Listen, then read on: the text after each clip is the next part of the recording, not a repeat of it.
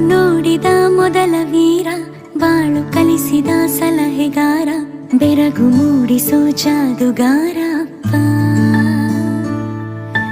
ಹಗಲು ಬೆವರಿನ ಕೂಲಿಕಾರ, ರಾತ್ರಿ ಮನೆಯಲ್ಲಿ ಚೌಕಿದಾರ, ಎಲ್ಲ ಕೊಡಿಸುವ ಸಾಹುಕಾರ ಅಪ್ಪ. ಗದರೋ ಮೀಸೆಕಾರ, ಮನಸ್ಸೇ ಕೋಮಲ